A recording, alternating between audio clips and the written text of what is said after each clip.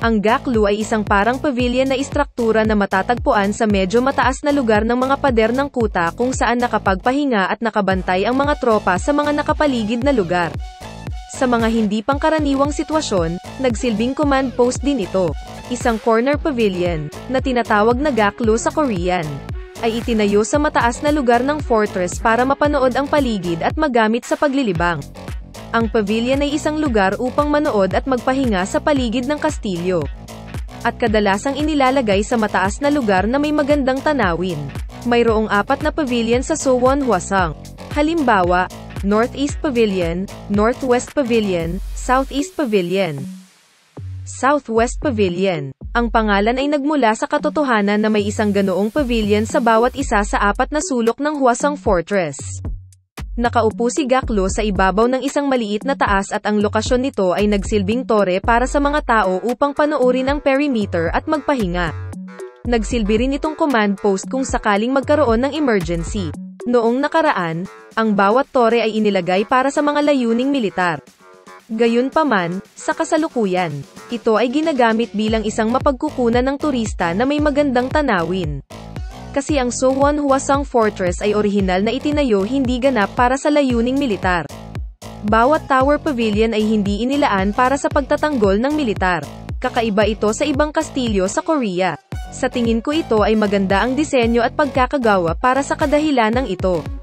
Sa tingin ko, ito ang dahilan kung bakit itinuturing na magandang construction ang Suwon Hwasong Fortress sa kasalukuyan.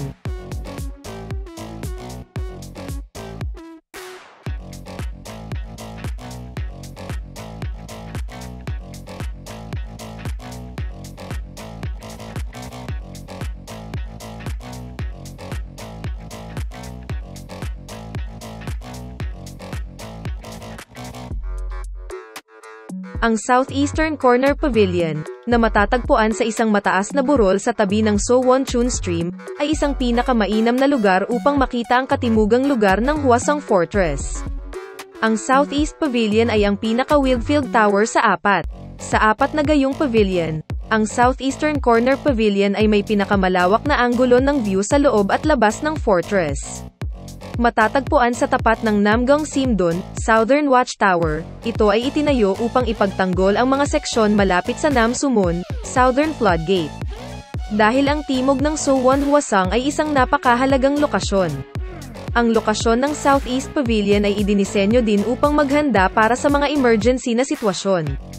At ito ay matatagpuan sa isang masungit na lugar. Ang lugar na ito ay tumutugma sa Ansan Mountain sa Feng Shui, at ang tuktok ay patag na parang hugis ng isang titik. Kaya tinawag itong Iljamunsang. Mayroon itong istruktura na katulad ng Northwest Pavilion, na may undol, floor heating system, na naka-install sa mga silid kung saan nananatili ang mga sundalo sa ibabang palapag, at ang itaas na palapag ay gawa sa mga sahig na gawa sa kahoy. Ang mga dingding na gawa sa kahoy ng pavilion ay pininturahan sa labas na may mukha ng isang hayop at sa loob ay may tekok, na sumisimbolo sa pagkakaisa ng yin at yang.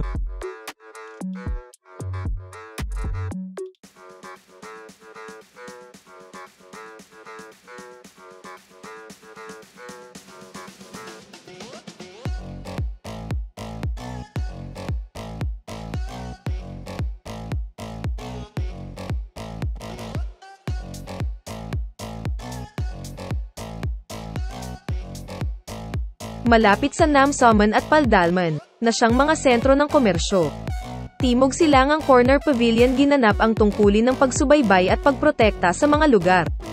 Kabilang sa 4 na Corner Pavilion ng Suwon Hwasong Fortress matatagpuan ang Southeastern Corner Pavilion sa pinakamatarik at pinakamasungit na lugar.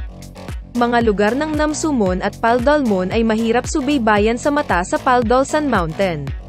Kaya timog silangang Corner Pavilion gumanap ng papel sa pagsubaybay at pagprotekta ang mga nakapaligid na lugar. Upang maisagawa ang tungkulin sa pagprotekta sa mga sentrong pangkalakal kung saan maraming estranghero ang dumarating at pupunta. Timog silangang Corner Pavilion ay itinayo sa pinakamasungit at mataas na lupain sa timog na lugar ng Suwon Hwasong Fortress. Ito ay isang mahalagang pasilidad na mamahala sa pag-secure at pagprotekta kalapit na lugar, lalo na Timog Silangang Corner Pavilion ay itinayo sa hindi kalayuan mula sa mga beacon tower para sa Suwan Huasang Fortress. Bilang mga pasilidad para ipagtanggol si Bongdon. Dapat ay may mahalagang papel ang Southeastern Corner Pavilion sa pagtiyak ng kaligtasan ni Bongdon.